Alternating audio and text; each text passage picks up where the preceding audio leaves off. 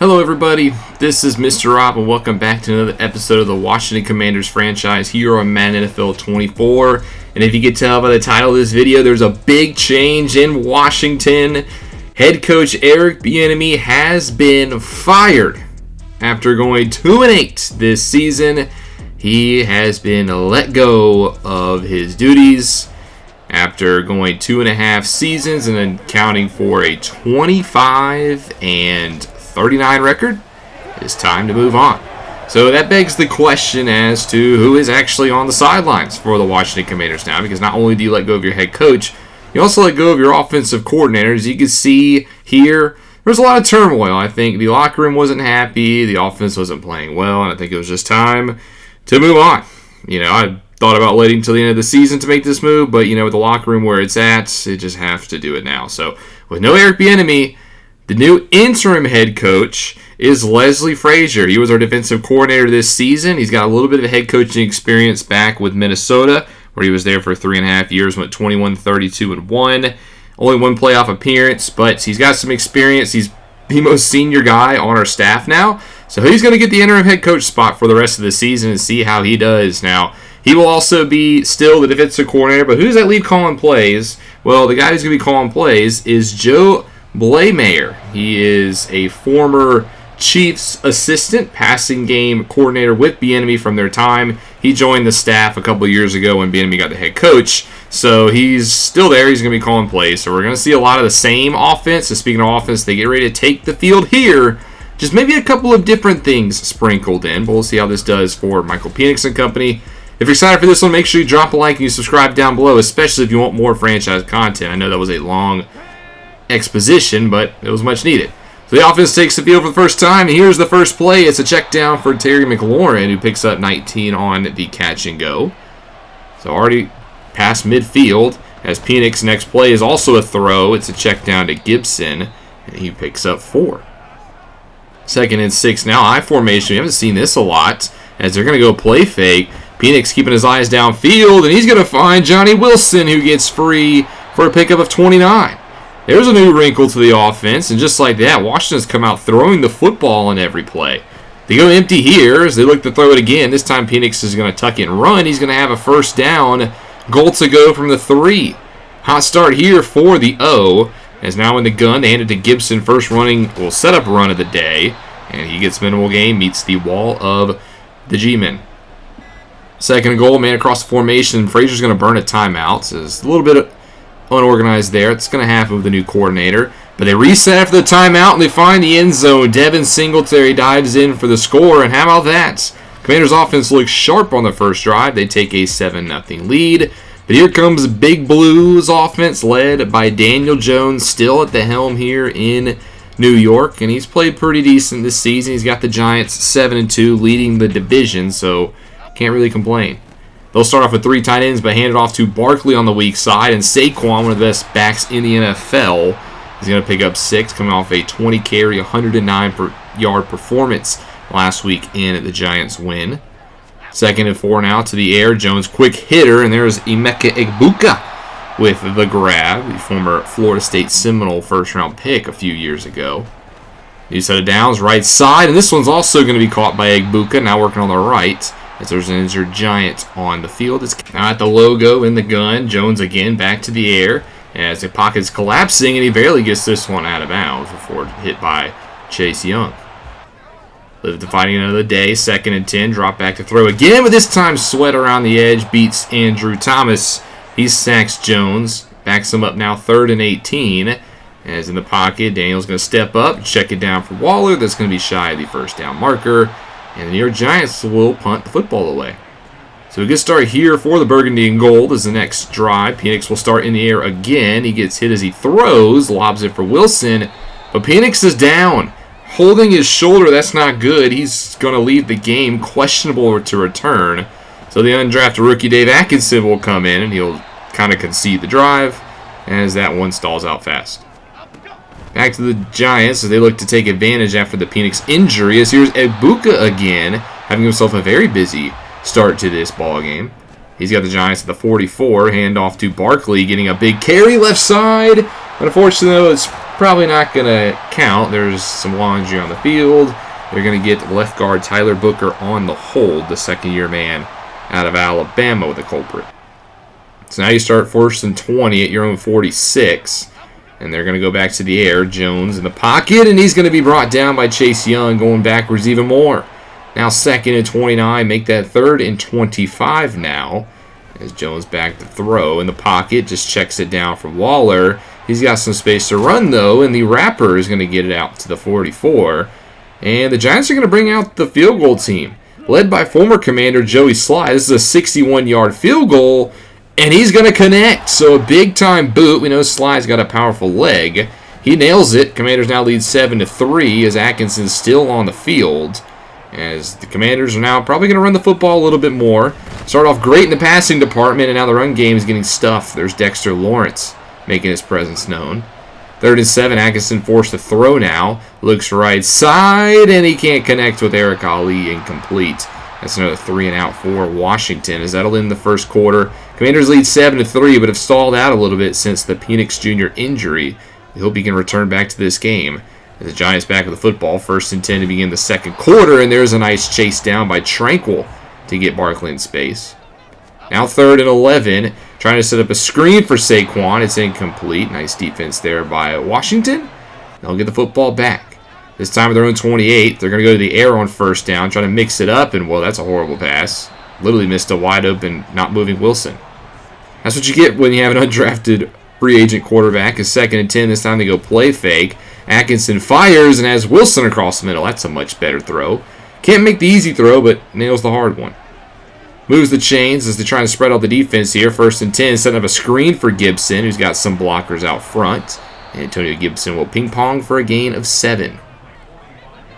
Singletary checks back in. He's going to get the carry here, 2nd and 3, as he sheds an arm tackle and picks up a 1st down. Nice run, gain of 11 for number 27. In Giants territory underneath center, it's a handoff Singletary. More space up the middle, just neutralizing Lawrence in the middle, and it's allowing these run lanes to form. Another 1st down run out to the 33 now as they give it to Singletary again, but this time not as much space as Bobby Okereke is there. They give it to him again, 2nd and 9, and he's going to get a little bit closer, pick up 5, and now you face a 3rd and 4 as Okereke well in the face of Singletary.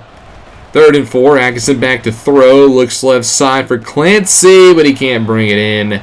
It'll bring on the field goal team for the Commanders, a 44-yard try for Cameron Little from right hash. Kick is up, and it is off the upright. Little again with the miss. Really struggling to kick the football this year. Not entirely sure what's gotten into him. Nonetheless, it's still only a 4-point game. There's Egbuka again. He's beating whoever's covering him in man coverage. He's winning that battle. Already out into Washington territory, Jones dumps it off for Barkley this time, and Forbes can't bring him down. That should have been a loss. Instead, it's a pickup of 3. So now you got 2nd and 7. Jones in the gun, throwing again. As the pocket collapses, he steps up. He's going to keep it himself, but he puts the football on the ground. It's recovered by the Commanders. Drew Tranquil punched it out from behind, and Washington will get the football back. We're at midfield here, 1st and 10. There's a good pass to Ricky Dockery, flipping the field now to the 40. Atkinson back to the air again, 1st and 10. And oh my gosh, that one should have been 6 the other way. Josh Tate, major bullet there. Shake it off now, young quarterback, 2nd and 10. There's an RPO, and Dockery doesn't get any blocks from Terry McLaurin, who's usually pretty good in that role.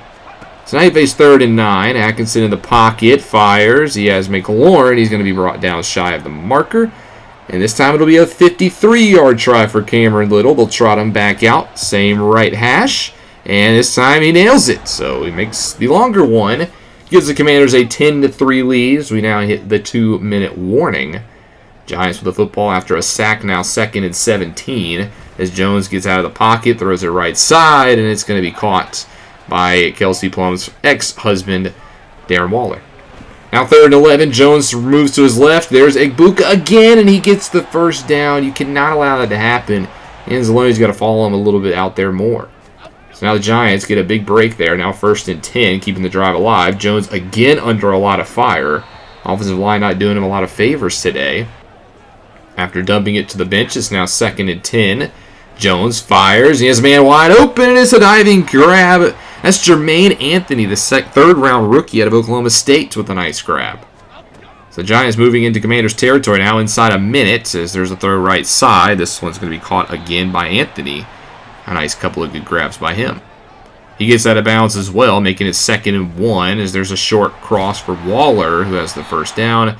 Giants will burn their first timeout with 43 to go. They'll check it across the middle again with a short 6-yard. And they'll use their second timeout. Now 35 seconds at the 5. Jones, 2nd and 4, moves to his left, and he's going to try to keep it himself again. This time he doesn't put it on the ground. Picks up 1, and now you face 3rd and 3. They don't use the timeout, and they also don't run it with Saquon. Instead, they dump it to the tunnel in the back. Interesting play call there as the Giants will kick 3. As the kick from Sly is up and good, and that'll make it 10-6 going to the half where the Commanders have a lead. However, what is the status on Michael Penix Jr.? We'll have to see in the second half, as that could have a big moment on this game. Here's your halftime report around the league here, and there's some interesting games going off. We're going to go to upset alert first in Indy. The Eagles currently lead the Colts 13-3. Can the Eagles get a big win on the road and build a little bit of a winning streak? Well, I have to do it against Indianapolis, who would ill afford to lose here to Philly. In Buffalo, the Bills playing host to the Bengals, and it's Cincinnati up 21-6. If there's a pair of underperforming AFC teams, the Bengals won the Super Bowl last year. They're not even in playoff contention right now. Finally, in Foxborough, the Patriots hosting the Broncos. Denver up 10-7 over New England as the Denver Broncos look to get back in the thick of things by building a little bit of a win streak. Back to our matchup here. We have a game in the Meadowlands with the Commanders up 10-6. Giants will start for the football, though, in the second half, and it'll be a quick strike from Daniel Jones, who, surprisingly, the Giants threw the football way more than they ran it in the first half. I would have thought with Saquon Barkley they'd get him more involved, but instead they trusted the short passing game. 3rd and 4 here for the Giants as Neal pancakes the heck out of Chase Young, springing Daniel Jones for a run right side. I guess that counts as one of their rushing plays. Now at their own 46, back to the air, 1st and 10. Jones doesn't feel the pocket, so he's just going to throw this away on his 27th pass attempt. 2nd and 10 now in the gun. They finally hit it off to Saquon Barkley right side, and he's going to get a good carry. What do you know? He only had 3 runs in the first half. Has 1 here, and he's averaging 7 yards per carry.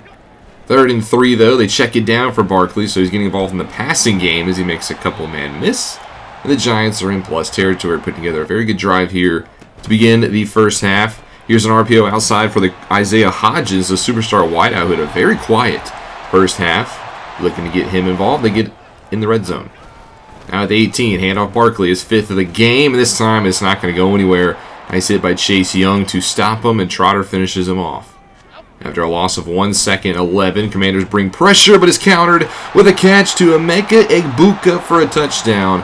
What a game that wide receiver is having. He gives the Giants the lead now 13-10. But the Commanders get their first chance in the second half, and look who's back in the backfield. Michael Penix Jr. has returned to the game. His shoulder feeling okay. After a 7-yard carry from Singletary, they go to the air. Here's a short pass. Singletary catches it, and he actually absorbs the contact for Okereke and stays on his feet. Penix Jr. is a perfect 7 for 7 today, as here's a play fake. As they take the bait, Penix is going to unload one wide open for Wilson, and it just goes right through his hands. What was that? It literally went right through his basket. He had that. Well, that's the first incompletion of the game. Maybe I jinxed Penix. Oh my gosh, what a tackle by Deontay Banks. Completely upends the 6'8 wide receiver. Now it's 3rd and 10, just like that. Penix drops back to throw, drifts, fires, and he's got a wide open Dockery downfield. Great vision to find the wide open man. However, Dockery is hurt on the play. First down, handoff, Singletary. He gets bottled up.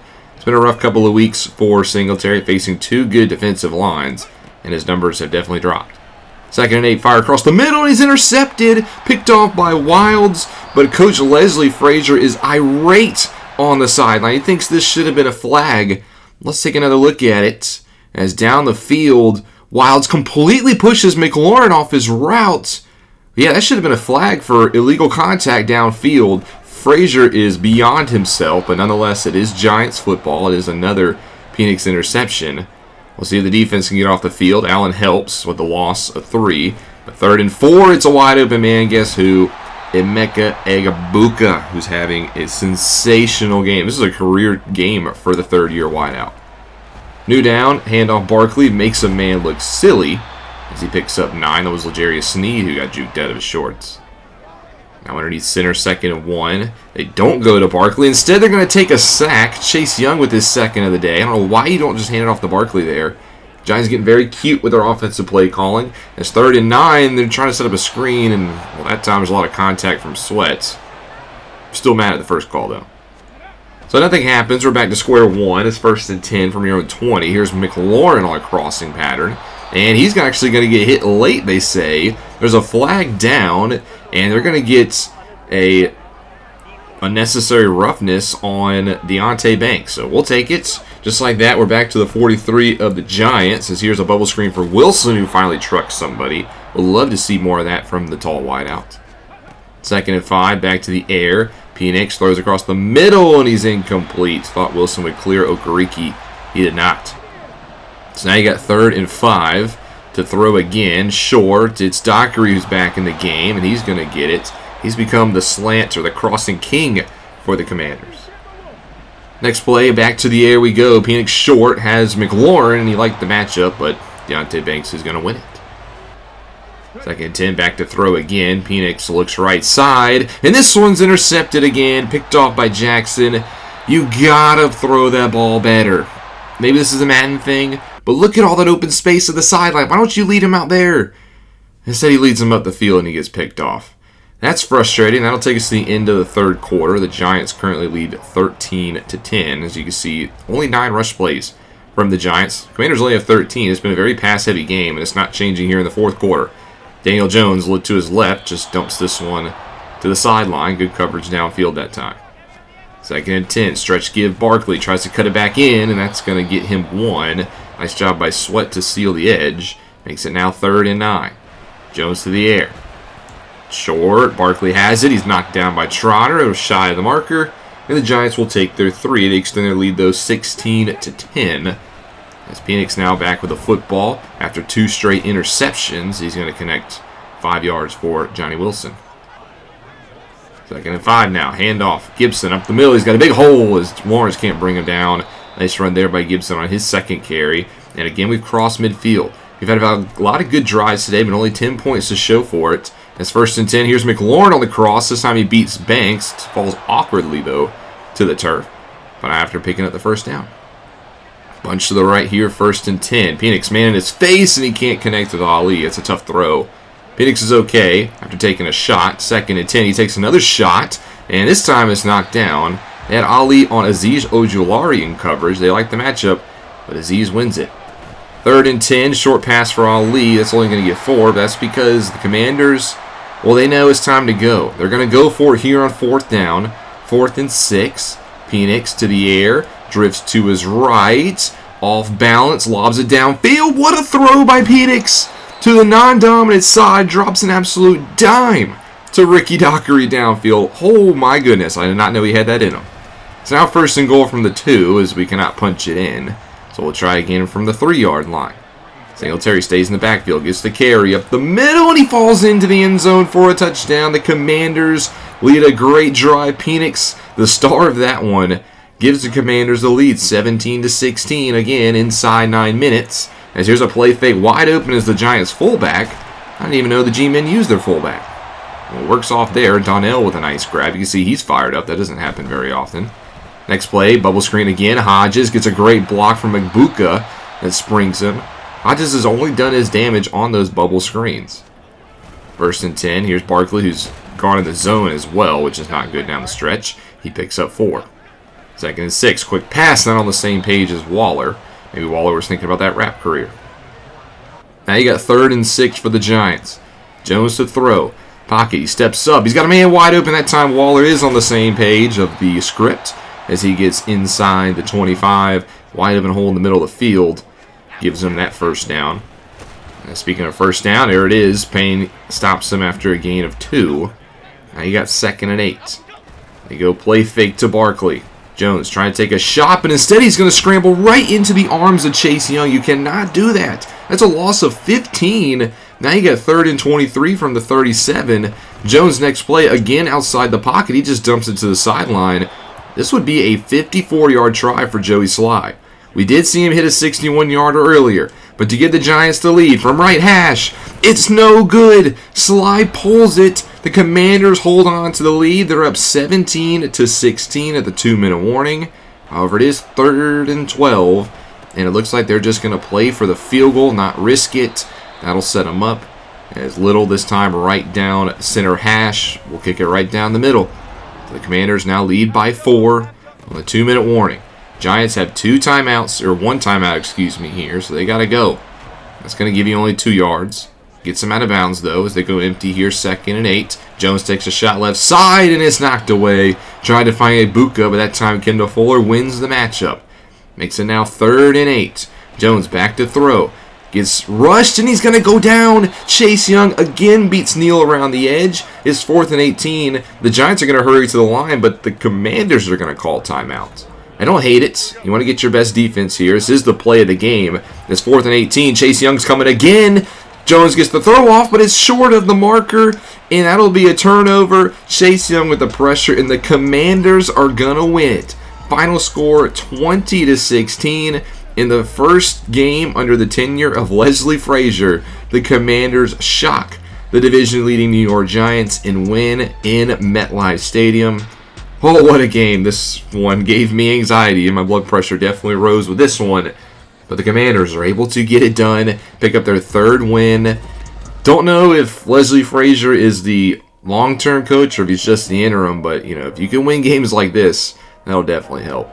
Ibuka had a heck of a game for the Giants, 10 catches, 142 yards, and a touchdown. Penix threw 2 interceptions. I don't really necessarily blame either of those. The first one definitely should have been a flag. I mean, he completely knocked him off his route like 10 yards downfield. And the second one, that's just a Madden thing, man. You got to throw the ball to the open spot. I don't know why you lead him upfield. Nonetheless, here are your scores in Week 11. Starting off on Thursday night, the Ravens beat the Browns 28-25 in a very Raven-Brown-esque game. Offense was very weird for both squads, but hey, there were still some points, and the Ravens get it done. Remember when the Eagles were up on the Colts 13-3 at half? Yeah, they get blown out in the second half, 27-13. The Colts rally, beat the Eagles, who are now, again, the worst team in the division, as they're maybe going for a number 1 pick. Another game on Sunday, the Chiefs prove that despite how good the Chargers are, it's still KC's division. They go into LA and win 35-13 against their division rivals, as the Chiefs still again look like the team to beat in the AFC. Then we go to Sunday Night Football, where the Falcons beat the Bucs in overtime, 27-21. These two teams seem to play overtime games a lot. The Buccaneers, they went to the Super Bowl a year ago. Now they're one of the worst teams in the NFC. Just a very interesting turn of events for Tampa Bay. I didn't think they were legit anyway, but I mean, being the worst team in the division is kind of shocking. Then finally on Monday, the 49ers beat the Cardinals 31-10. So after upsetting the Cowboys last week, the Cardinals come back down to earth. Ayuk 3 touchdown catches. Remember last year he was threatening the record. Came up short, but still an issue for any team playing the Niners. And speaking of the Niners, Purdy gets player of the week. We saw Carter's stat line in the Falcons loss. He gets it for them.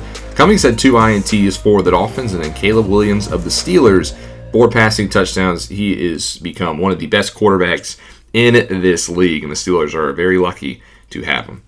So next week, we return home to face the Los Angeles Rams, who are 3-7, and I hate to say it, I haven't said it very often this year, but this is a game that we definitely can win. The Rams are not very good. We're coming off of a great win. Hopefully we don't come down from this high, and we're able to carry it against the Rams. So could this be the start of a little bit of a winning streak maybe? I don't know, but it was exciting to see us win this game, and I'd like to see us win a little bit more down the stretch, even if it hurts our draft stock. So I can't wait to play this game against the Los Angeles Rams as we get into the second half of the season and down the stretch. We'll see what happens. But thank you guys so much for watching. Hope you guys enjoyed. If you did, make sure you drop a like and you subscribe down below, especially if you want more franchise content. This is Mr. Rob, and I'll see you in the next one.